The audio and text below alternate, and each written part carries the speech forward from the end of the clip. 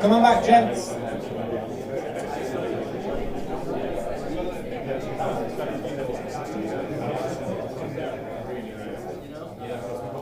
feel like a lot of people went home. Okay, sorry the break was so quick. We want to try and get through the talk, so we've got a longer protracted period to do the demos till we close. So just before we have Sarah, virtual VR Sarah, what's your Twitter handle again? Virtual Sarah J. We have Erinma from Salford University who is going to take you through some...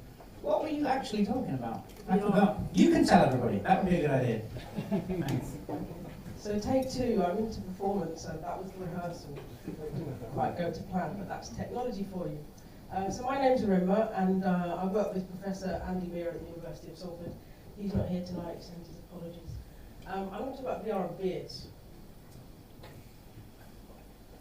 I'm not much. I'm going to give you a bit of a heads up around the stuff that we do at Salford in the virtual reality, mixed reality, augmented reality space. I'm not so interested in the technology, I'm more interested in what it can facilitate. So the different kinds of people it can bring together, the stuff, the connections that we can make and the questions that we can ask. So, excuse me for my voice. At the moment I'm attached to a production, mixed reality production called What If Women Rule the World at Manchester International Festival. And that's been a really interesting and fascinating process that I'm trying to build back into my practice and my work at University of Salford. I have been to the VR session before, and I have to say it was a bit scary because there's so many guys and not very many women. So it's really nice to come back, but I'm not sure I would have come back unless I'd been invited. If I'm completely honest, it's a little bit scary. But I love it that you mentioned Catherine Allen's VR initiative. If you want to find out more about it, the link is here. And she's opened it up so that you can get people involved from different communities that are often underrepresented to get involved in this technology and to think about what kinds of dreams and creative experiences that people could make that aren't usually involved in these things. So I kind of come from a filmmaking background and I studied neuroscience originally. Storytelling was just another way in to explore how the world works and how people are.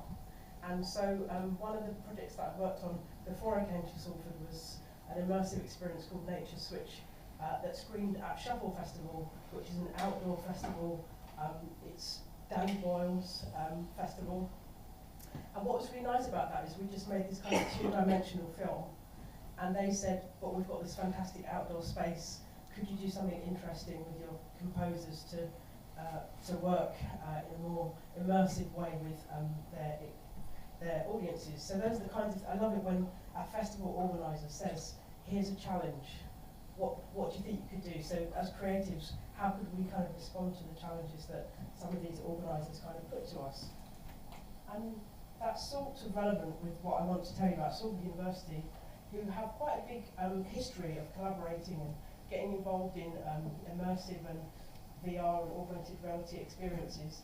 So some of the projects I'm going to mention are ones that I have to be honest, I might have tried, but I haven't worked on them. So by way of example, sometimes what's great about Andy, if you've ever met him, is that he's a real partnership creator. And so he's got involved in lots of co-commissions with people like And Festival and Normal Devices. So it was talked about earlier, the Marshmallow Laser Fest, Eyes of the Animal piece. Conservation scientists at University of Salford were engaged in helping out on that piece, and we were kind of co-commissioners of that. And then, I don't know if people knew that Manchester was a European City of Science just before Brexit. But one of the things that I just joined Salford actually in July, and I was in the middle of bringing a pop-up urban mushroom farm to St Anne's Square. In the meantime, my colleagues at Salford were very busy trying to make fly-through experiences and augmented reality experiences on your phone to get insights into the science that's been going on around Manchester and the city. One of the things that they did was to make this, I don't know if you can see it, Brian Coxamon, who would appear on your phone. I'm trying to think where it was exactly. I can't. Actually, I think it was by the corner house, the old corner house. I wonder if it's still there. Who knows? So that was Those are the kind of things we get involved in. But then we also kind of use research as a way to kind of investigate these challenges, so global challenges. So Mike Wood here is a researcher in my department, and he works on Chernobyl. And one of the things that they've noticed is that animal life is starting to come back in Chernobyl, and they found a way that they could film that and then bring that as both an AR experience and a virtual reality experience, and that was showcased at Salford. We have this thing called the Science Jam that was sort of showcased a couple of years ago in 2015, but it went on to win Research Project of the Year because it opened up possibilities for students and researchers to go and research how animal life had changed with the absence of humans, which is something I'm very interested in. What happens when we're not here? So that was called Alienated Life. I don't think this was from 2016 actually, this was a bit earlier, but we also have scientists who work on viruses and things like that, so this was a dance interactive immersive AR piece. Again, that was a possibility, almost like a gaming environment where people were experiencing what it was like to be infected by a virus. And so we like to make fun, creative things, but try and have a little bit of it inspired by science, given that we're a department that's all about environment and life sciences. But we work across the arts and the humanities, just to give you a little flavour of the kind of projects that we've been involved in. And then last year, so one of our partners, Salford University, is all about partnerships, which is great. Part of the reason why I was attracted to working there. So we get involved in the Manchester Science Festival every year. I don't know if people here have been, but there was a VR playground there last year, and so we were involved in kind of curating elements of that. And then we have this big Media City site where we have activities going on as well. So lots of different projects here. They're not all of our projects. This is a great promo video that's come from the Science Festival. What's great about Salford is we like to invest in things. So we've invested in home, we've invested in the Science Festival to enable us to collaborate on kind of bigger and bolder projects.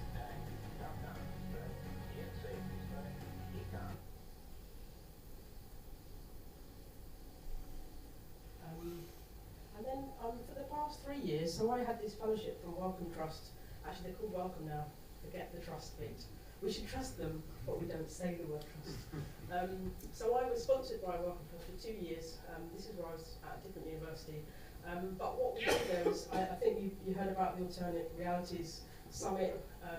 What I do is I get involved in opening up the festival with DocFest and Wellcome to get the public more engaged in what's happening at that festival, because obviously delegates will pay a fee, but the public wandering around Sheffield, how do they find out about the kinds of technologies that are going on, the kinds of brilliant films that are being screened here? So I've been curating a series of really short talks and informal talks with some of the creatives, the filmmakers, and some academics who are talking, academics that can talk in a very non-technical way, which is fantastic. So having short conversations inspired by the films. So if you're at DocFest this year, do come and drop by the DocFest exchange. There'll be stuff happening from sort of 9 o'clock in the morning right through till midnight, so I'm going to be really exhausted, but I'm sure it'll be a lot of fun. So yeah, so we're involved in DocFest this year. So we like festivals, and we like to invite people to things. So it's really poignant and timely that, you know, with what happened yesterday, I think one of the things that's really important is that we create opportunities for young people. If we don't create those opportunities, they do other things that are not good. And that we create and bring diverse people into that, into the opportunities that we create. So we've got this great opportunity at Salford this year, our Science Jam, which is on the 21st and 22nd of October at Media City. We're focused on 14 to 18-year-olds and trying to get them involved in these kinds of experiences and technologies, because they're the ones who are going to be working with us in the future, and hopefully will evolve it in ways that we possibly couldn't imagine. So we'd really love that you, some of you, all of you, would get involved and think about how you could get involved in that event. We're having a big kind of we're gamifying stuff over those 2 days and having that opportunity to involve young people. So it's about collaborating, meeting these new audiences, hopefully being inspired by them. Usually the festival is run entirely by volunteers, so the staff, the students, our partners, and we have this kind of crazy 2 days where we look after people. I was on looking after the volunteers, so everyone got fed well last year. And so this is part of my job at Salford. Our team is called the Science Communication Space. We've literally just launched a new MSc, which is part-time online in science communication and future media. We can see that there's this massive skills gap where people are interested in this, but they don't know how to get into it or don't know how to use their skills to make something of it. So we're taking that on to another level. There'll be speaker opportunities because I'm running a summit as part of our new degree, and we'd love you to kind of get involved and see what you can showcase to those young people and get them really excited. So thanks again for the opportunities to speak, and that's it from me. It's just like a big invitation to come and work with us, and we'd love to work with you.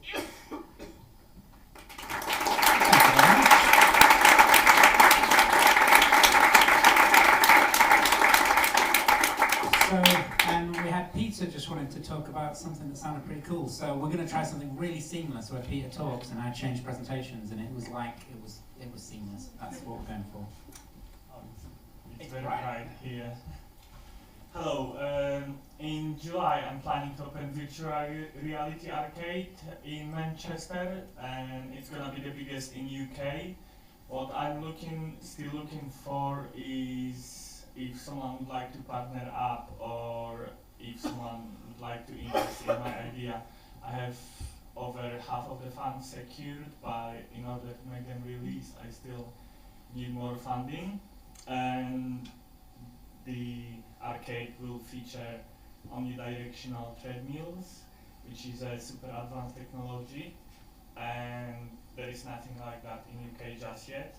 Also, I'm planning to host a virtual reality hub for university students, and for indie developers I will have omnidirectional treadmill development kit. So if anyone would like to get involved, please give me a call. I will stay here till about 9 o'clock, so if you're interested, just come talk to me.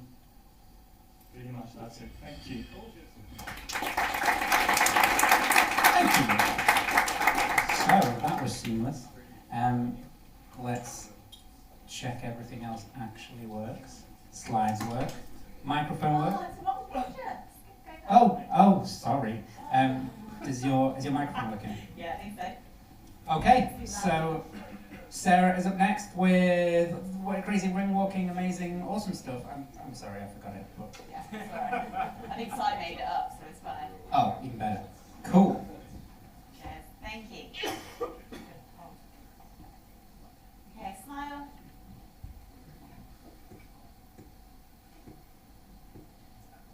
Thank you.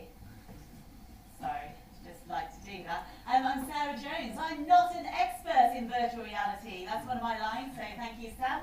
There are no experts. It's all bullshit. We just play and create and experiment and have fun. That's what I'm here to talk about. Virtual Insanity. I'm Virtual Sarah J on Twitter. So, gave the game away. That was me in 2002. I was wondering why I'd spent 3 years studying philosophy. I didn't really understand logics or semantics. I just didn't get it. And I didn't understand why I'd wasted 3 years of Warwick trying to understand and make sense of this world. So I put philosophy to bed and I went into television. And I worked in TV for ITV for around 10 years or so. And then I kind of ended up in this weird space that we call virtual reality. And it was only then that I started to realise the relevance of my degree. It was the questions regarding reality and consciousness that I was really interested in. How we perceive reality, how real a virtual reality could be, and how we can create a truly virtual reality that allows for presence and complete immersion, and all those things that us as content creators and virtual reality makers that we're striving for all the time. Those are the questions that I was interested in. And I thought, you know what, my degree was actually quite relevant. So those questions led me to this, and I'm still not quite sure how. It was a virtual reality, a virtual insanity, and I ended up wing walking in a plane around 135 miles per hour with a GearVR strapped to my head. We'll try and unpack that as we go along. So it was mostly down to this guy. There we go, Dean. I don't know if anyone knows him, Dean Johnson from Brandwidth. They're a digital marketing agency, and he's quite like me. He likes to just make things, break things, test things, play. So we've always gone really well. And we were sat around in Manchester talking about those questions. We wanted to know, when you wake up in virtual reality, could an experience be that real that you don't believe that you're in a headset? That you really, really, truly believe you're on the beach or in New York or somewhere else, on the moon maybe? It was those questions that I wanted the answer to. So I said, well, all we need to do is spend a couple of days in VR. We just need to wake up every day in VR until we get that experience that is so good, we believe that it's real. And of course, Dean, being Dean, said, oh, I already did that. Last year, I spent 24 hours in VR for T3 magazine. So I said, okay, we'll do 48 hours. A couple of hours later, in a conference, he did a keynote and he announced that we were spending 48 hours in VR. So that was a decision made. But we started planning and we had really clear objectives around what we wanted to do. And I have a confession to make here, which probably won't go down too well. I'm not a massive gamer. I really am not. Oh, sugar. That's because I mentioned gaming. It breaks things. I tend to break a lot of stuff. Is my crystal okay? Yeah. Okay. So I don't really play a lot of games. I like games, but I'm not a massive gamer. What I love VR for are the amazing applications and the amazing influences that virtual reality can have on our lives for education, for medicine, healthcare, training, entertainment and theatre. All those applications I'm really, really inspired by. So we didn't want to do anything like this. This happened 2 weeks before we did VR 48. For those of you that don't remember, it was meant to be the longest marathon watching virtual reality. It was two gamers sat in a room in New York and they didn't move, they just had a headset on and they just watched VR. And we didn't want to do that. We wanted to live in VR. They do hold the Guinness World Record. We don't, even though we technically did 50 hours. We don't hold the Guinness World Record because we went to sleep. And apparently, Guinness World Record would only qualify us for the record if we didn't go to sleep. But because we wanted to live in VR, we had to sleep. So we said we wanted to live. We wanted to show everyday applications. So that's what we did. We truly lived in virtual reality. And we were running off a number of different machines. We had a great tech support. We had lots of people around. We had a couple of Rifts, a couple of Vives. We even had a PlayStation and GearVRs. And we were doing everything from learning simulations on oil rigs with the Serious Games Institute, yay, to VR for Good, Oculus VR for Good by Storia, guided meditations, going to sleep, creating some amazing art in Tilbury, my absolute favourite VR application, and I spent 2 days making an amazing tree. And we flew around the world on Google Earth, going to find my old apartment I used to live in New York. So it's quite an intense 48 hours, but we really needed to learn a lot of things. Oh, that's just a little bit of random boxing going on. We walked around the streets of Coventry. People generally don't do that, but we did. We ate, which was quite entertaining. One main thing that we learned, we mentioned this earlier, social VR is actually quite good.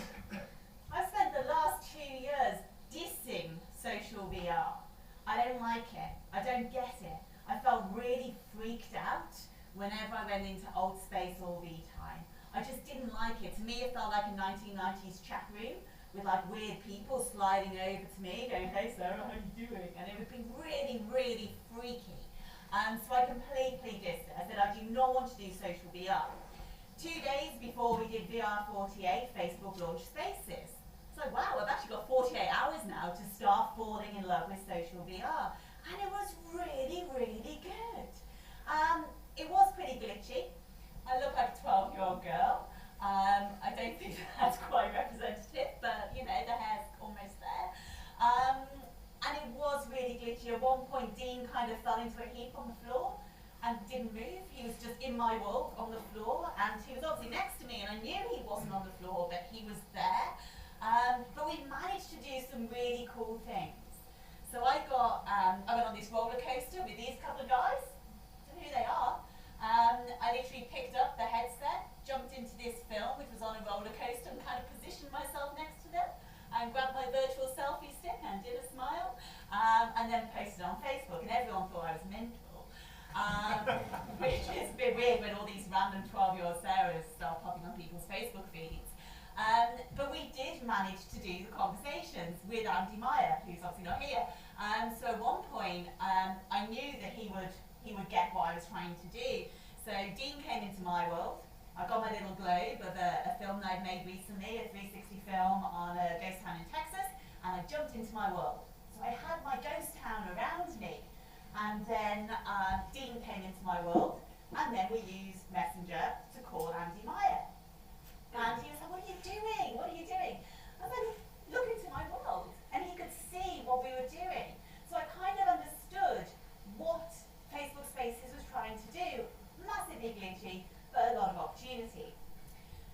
We also learned that for VR to really be, to get presence and immersion, it doesn't have to be massively real. One of the most amazing experiences was boxing this guy, who looks slightly terrifying, but doesn't look real at all. He's very cartoony. I shouldn't have felt like I was massively immersed in that environment, but I really did. For those of you that haven't played Knockout League, I'd try it. It is an amazing experience, and it uses various effects to really help you feel present. So when you get massively whacked out, your vision is blurred. When you get really, really, really knocked out, then it goes black for a second or so, and then your vision is slowly coming back. So it uses all those things to help you feel present, and not very real looking, but really helps you to feel present in that world. We also learned that VR does help to treat pain. I wasn't brave enough to get a tattoo because I thought my mum would kill me. Dean did. He got a nice Apple fanboy tattoo, and we tested whether VR can be used as pain relief. And we tested this by monitoring the heart rate. So we captured every single heart rate throughout the whole of the 48 hours. And Dean started with the tattoo without the headset on, and then put the headset on, and he was playing a fighter game, a shoot 'em up game, whilst they were doing the tattoo. And his heart rate massively dropped in that experience. So we learned, yes, VR can be used in that way. We did all kinds of things. We went go-karting in VR, as you did. One of the big lessons was the technology still isn't that easy. It's still not easy enough for everyday consumers to just plug and play and get on with it. And that's one of the big barriers we have, getting people engaged with the technology when it's still really, really hard to get systems up and running.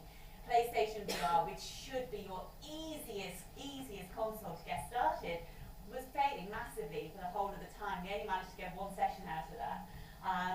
And it got to the extent where I thought, you know what, I can't be bothered with this. I'm going to stick with my Rift or my Vive, and that's fine. My initial question regarding waking up in VR, the one thing that I really wanted to get out of the experience, didn't really happen. I wanted that moment where I woke up on the moon, and I thought, wow, I've really done it. I'm on the moon. Didn't happen at all. Could be a number of reasons for it. Not entirely sure, but what I really want to do next, and the next thing that I'm going to do, is spend a week in a sleep clinic, sleeping in VR, so I can be woken up with different kinds of experiences to see how real things are, monitoring my brain waves and everything else at the same time. This should play, hopefully with sound, which will give you a kind of sense of what we were doing. Are you looking forward to this experience? Yes.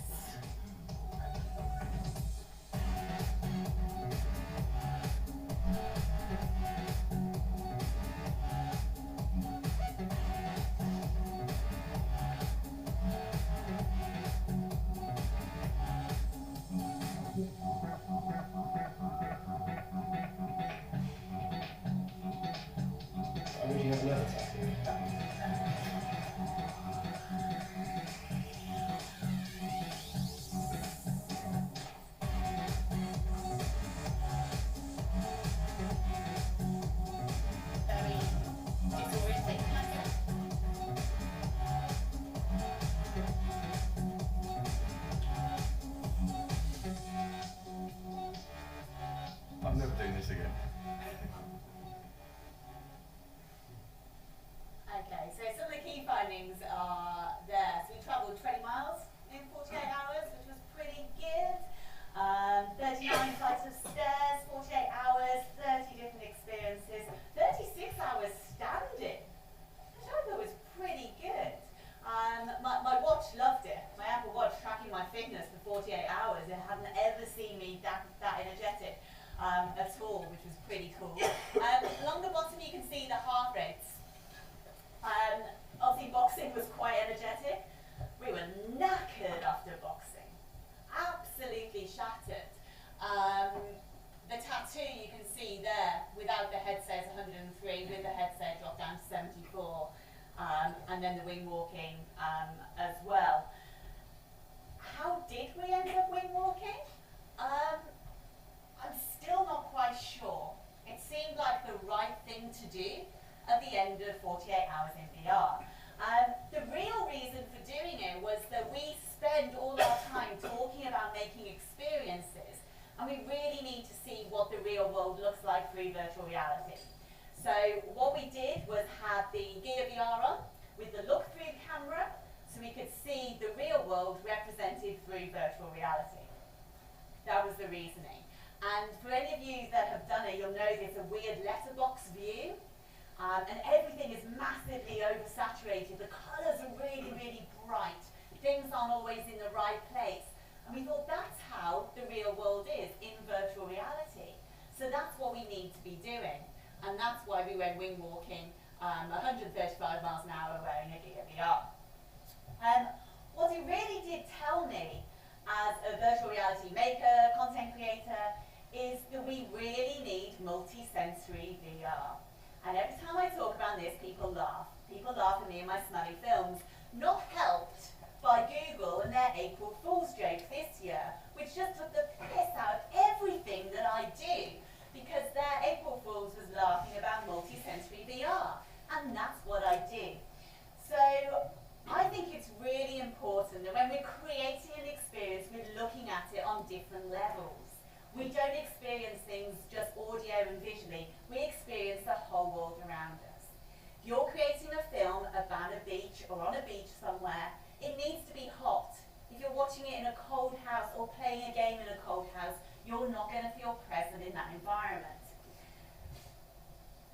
The proof of it comes from that. So that's the different levels of sensory impact on the body. Visual 70%, audio 20%. I do think it's a bit higher, but I will go with the stats. Smell 5%, touch 4%, and taste 1%. There's so many companies working on touch, and hardly anybody dealing with smells. Probably because this guy was laughed at, the same as I am, with his Sensorama back in the 50s and 60s, Morton Halig, and he created this, he put in the patent, and everyone laughed at him, because who would want smelly films? Who would want this multi-sensory experience?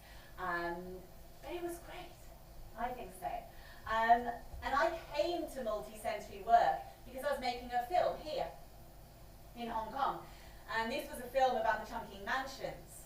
And I watched it and I thought, you know what, that's pretty good. But it felt empty. It felt empty because I didn't have the complete experience of being there. This was then my take on the Sensorama. I like to do things lo-fi, proof of concept. So once we made this film and we watched it, we felt it was empty, we needed the heat and we needed the smells. We then set out to make that and to create that environment. So this was a tent. There was a heater in the corner, probably breaking every health and safety rule going. We had some gone-off milk, we had some sheets that had been stuck in a sewer, and various Chinese spices.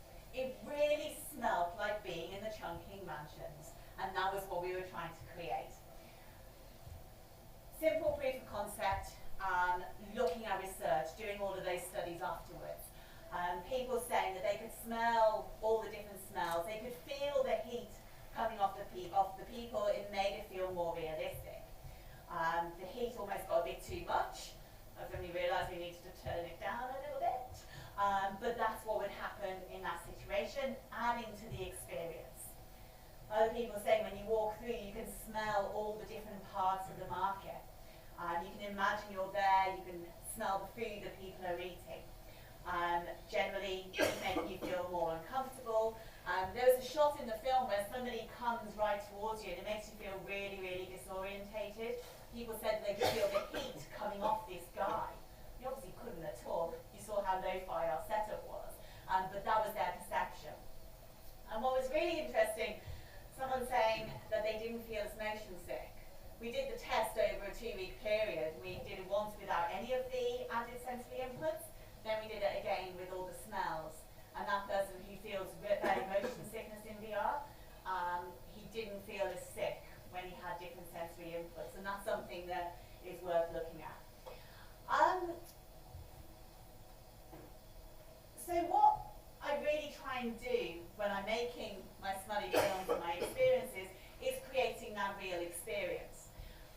Last year, the buzzword all the time was empathy. VR's an empathy machine, let's do empathy, blah, blah, blah. And now it's narrative. And if you go to any VR conferences, talks, everyone's going on about narrative. And I like to throw that away. I don't like to create a narrative. I don't like directing the audience. And that's because I look towards immersive theatre a lot. If any of you are interested in background to VR and creating amazing experiences, it's worth looking at immersive theatre for that.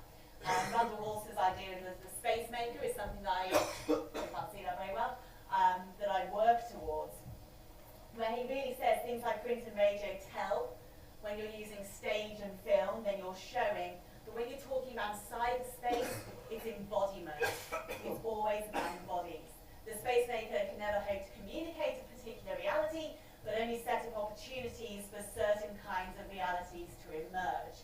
The filmmaker will always say, look, I'll show you something. And the space maker is saying, here, I'll help you discover. So that's what I try and work towards, creating this experience that anyone will get their own narrative. They'll take their own narrative from it. And if we're creating that full experience, that's what you can do. So I always say, be the virtual playmaker. Ignore the expert line. It's all a load of nonsense. Be a virtual playmaker, experimenting with space, giving up narratives, giving the audience your control, making smells, and generally just having a bit of fun in the virtual insanity. Thank you very much.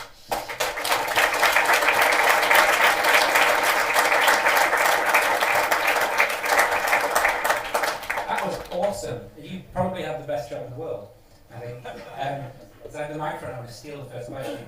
So as I work in user experience, so prototypes, like everything should be prototyped is like a rule basically before we make it. And you got me thinking about placebo effects. So I feel that there's probably a small element of placebo that if you put somebody in a cold environment, cold looking environment, they will feel colder. Do you know how much the placebo effect will bring people this way? So you don't have to go full this way with your sensory stuff because they're already coming a little bit this way through what they see. So you done any thinking or research into that? That's a great answer. But it is a very, very good point. And there is part of it that says, if you've got a beach, for example, easy, then you can kind of create that experience. People seeing food, it kind of lifts them. But there's nothing quite like enhancing the experience by having it there. There's a lot of research done with health education, medical education, which says that it's only going to work when you're adding in multi-sensory experiences. When you've got the smell, that's when it's going to work as an educational tool. Not quite sure I buy into that, but certainly for me, as a full experience and treating VR as an art form, which is what I like to think of it as, then it really does help to enhance that experience. Thanks. Any more questions? There must be like at least 5. We'll go here first. I'm just curious. When you were doing the biplane walk thing, what actual VR experience were you viewing? I was using the look-through camera. Oh yeah. So I was seeing the real world, but in VR. So I had this really weird letterbox view, and it was then that I realised just how important all of the senses are. Because when you're there, and it's just this noise, and it's the smell, and it's the wind in your face. So Haley, when he was doing Sensorama, it's all about the wind going through New feeling on that plane, you needed that wind pushing your face back almost. So that's what I was seeing. What was interesting was Dean put on his headset. He was going first. He put on his headset, and those who use GearVRs know that pretty much all the time when you put it on, it says, please remove your GearVR and update your software. And that happened to me loads of times in the 48 hours, and it happened to Dean just as he was strapped onto the top of the plane. And we were in the middle of nowhere. We were in this random airfield in Gloucestershire, no reception whatsoever. So he ended up he still had the headset on, but he didn't have the look-through camera because the camera wasn't working. So he was just blind for the whole experience, which is why his heart rate was a lot higher, I think, than mine. But he said it was quite interesting because they were talking about taking blind people up on the planes for wing walking. He went, I can feel that now. I've got empathy for those people. I know what that feels like. But he had that moment where he thought that he was in the air and he was still on the ground. He had no idea whether he'd taken off or not. But I had that look-through moment, which was really, really bizarre. Absolutely incredible. If you've never gone wing walking, wing walk. It's amazing. He likes doing something, you know. Should I just go with him? Yeah. My voice is loud.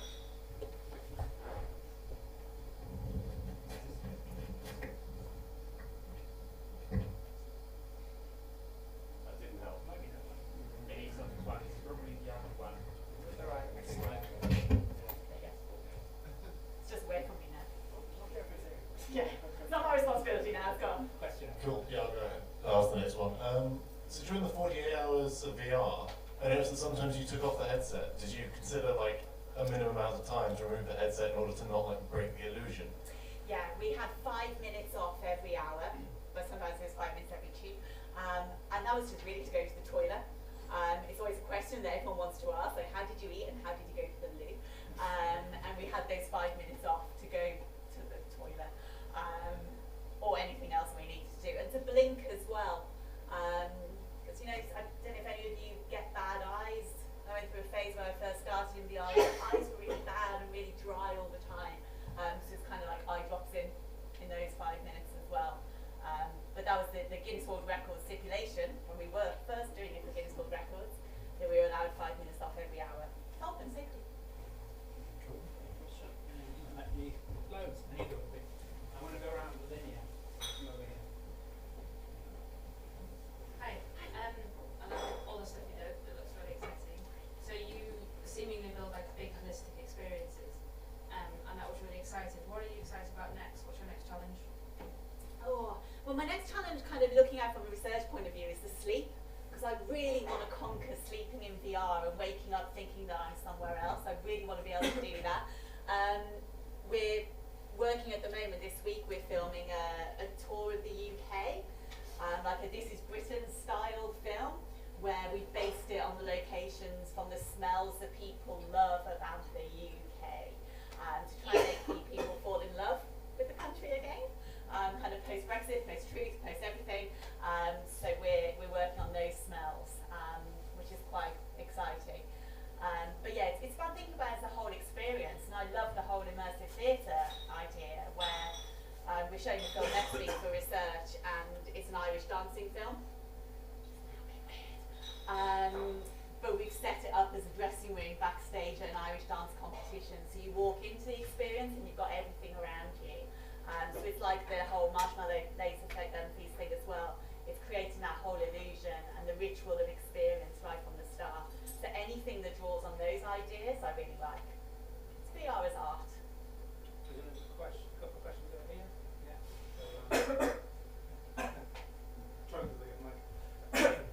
So you are talking about all these adding these sensors to make the experience more immersive.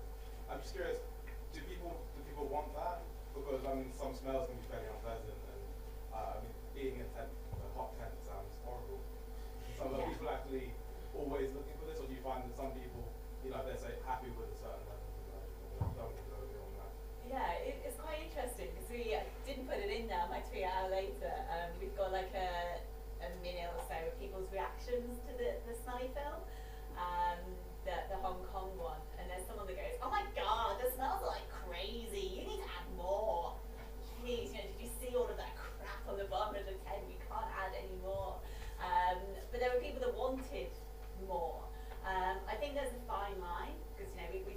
away from motion sickness. We don't want to kind of induce something else. We don't want to have someone actually punch you in the arm, right? That's but yeah, it's about monitoring those smells. And smells are really hard to work with. It's really hard to try and get smells to go and bring in different smells and all those kinds of things. It's completely out of my skill set. I like to tell stories and make films. I don't make smells. But it's working with those ideas, which is really quite interesting. But monitoring it so it's not too. Were there any kind of smells that were sort of hard to create in others? Like I imagine that maybe pleasant smells might be hard to make than sort of rancid smells. How did you find that? Yeah, ours was pretty much all bad smells. It was a Hong Kong market, that one was. It was pretty bad. There was a scene at one point in the top of Chunky Mansions, there's a whole load of brothels with laundry rooms. I'm not going to talk about brothel smells. But there's this laundry room, and there's a woman working in the laundry room. So we could get that smell literally by getting some Febreze and spraying the Febreze, and then using the heat to then waft in the bad smells again. So you could do that. From all of our research, it always points to being able to switch the smells a lot more, and having the smells really unique to different environments, and that's really hard to do. So it's about finding the right people that we can work with to work on all that kind of stuff. But most people laugh at it, and companies that have tried to do smells have gone bust. So, I don't know if anyone knows the Feel Real, they're based in New York, did a Kickstarter, and to be honest, when you look at what they were doing, you can understand why it didn't work, because it's like a shield over the whole face that's meant to emit the smells. Like, people find it hard enough putting a headset on, and don't like that over their face. So you can't put over a whole kind of helmet. So it's about making it accessible and not making it too, which is hard to do. Hi, Sarah. Fantastic presentation and really interesting research you do there. I have a question. What can you tell us about it? If there's interesting experiments about virtual reality and psychoactive substances. Are you aware of anyone doing something like that? No. Sorry. Next time, yeah. Let me play a bit more and I'll come back to you. Very last one. Just a quick comment first, not a question. There was a story last year. There was a chap who attempted a similar experience in VR who ended up with incredibly swollen eyes and a real infection in his face. So a quick comment from him attempted to try it, actually using a headset, inserts in, look after yourself. The second question was more about, so you have a lot of different experiences there. So you guys pick those up front, or do you have people on the day? How can you pick them? We planned a lot of it. Actually, on the first point, it is really true. But also what's really true is, for those of you that do spend a long time in VR, is the face mark, like marks on your face. I had like a bruise here for days on end. And I've got a fringe, and headsets don't work well with fringes. My hair was flopping all over the place, but a few hours in, we were like, it doesn't matter. But it was those kinds of injuries, the kind of eye strain, but also the bruising all around our faces. But yeah, we planned pretty much all of the experiences. The things let us down. We tried to play Resident Evil. Couldn't get it to work. Bloody PlayStation. Couldn't get that to work. But we always had like tilt brush basically there to free up any time that we need to just do something. And I can spend hours and hours in tilt brush. It's like my happy place. So any time that we needed to, we would just jump back into there. And we had a couple of guys that were kind of making sure everything was then ready for us to go on to the next experience. So yeah, and I didn't feel sick. I only felt sick once, and I was in a car with a headset on, and someone's driving was really terrifying. Well, thank you very much, Sarah Jones.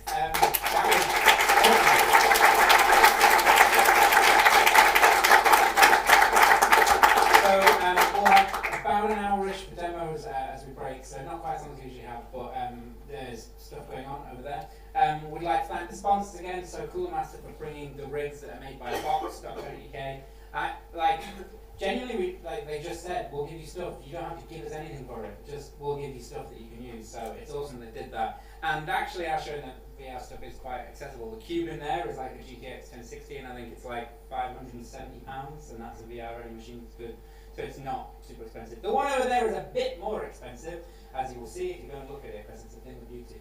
So thanks to Cool Master and Box.co.uk for the rigs. Thank you to Rise and to Emma and all the staff here for like just dealing with all of our requests, like for really specific cables that we forgot, and managing to do that. But Rise, again, like this is just the perfect venue that we can come to and do this. Thank you to you all for coming and drinking the lovely drinks provided by. Creative. I'm about to. I was in my list. Thank you all for coming and drinking the drinks provided by Hidden Creative, like coming in at the last minute and saving us like that, so that we have some drinks to offer you guys, which we want to always do wherever we can, was awesome. And being able to chip in for some of the travel for our two excellent speakers that came along. So thank you again. We'll be around for an hour or so. Please try some demos, but let's just chat. Thank you.